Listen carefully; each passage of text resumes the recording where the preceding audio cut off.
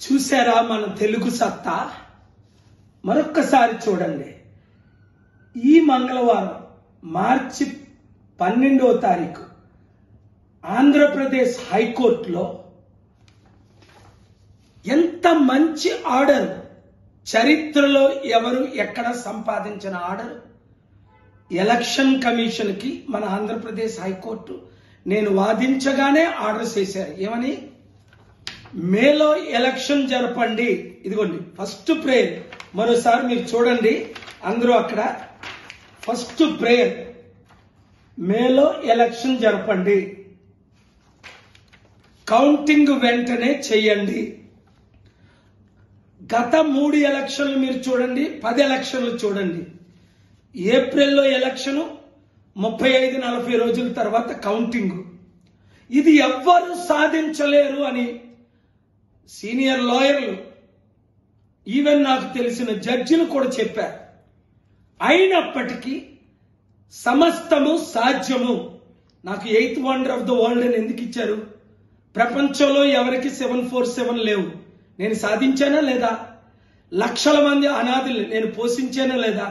అలాగే మీరు యూత్ వినండి, ఏదైనా మనం సాధించగలమని ఇదే రుజువు. ఏప్రిల్లో ఎలక్షన్ పెడతామని పట్టుపట్టాను.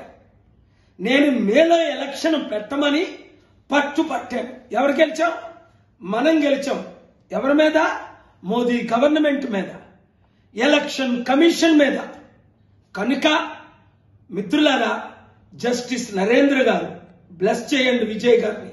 కోర్టు 17 వారు ఇంత మంచి ఆర్డర్ ఇచ్చి ఎలక్షన్ కమిషనర్ కి, అలాగే ఇంకా మీడియా ప్రకటించట్లేదు. మీడియా మిత్రులందరూ మన తెలుగు సత్తా. అదే టైంలో స్టీల్ ప్లాంట్ గురించి ఆర్డర్ వచ్చింది. ఎప్పుడు వచ్చింది?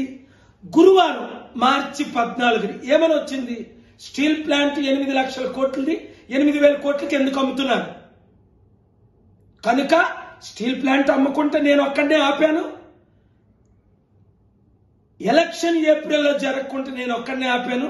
అది కేవలం దేవుని కృప, మీ ప్రార్థనలు, మీ సహకారం. కనుక మీడియా మిత్రులారా, ఇప్పుడు ప్రజాశాంతి పార్టీని గెలిపించుకోవాలి. 7569441275 అన్ని పార్టీలో ఉన్నవారు ప్రజాశాంతి పార్టీలో చేరుకోండి. ఎమ్మెల్యే ఎంపీలుగా కంటెస్ట్ చేయండి. అద్భుతమైన మెజారిటీతో గెలిపించండి.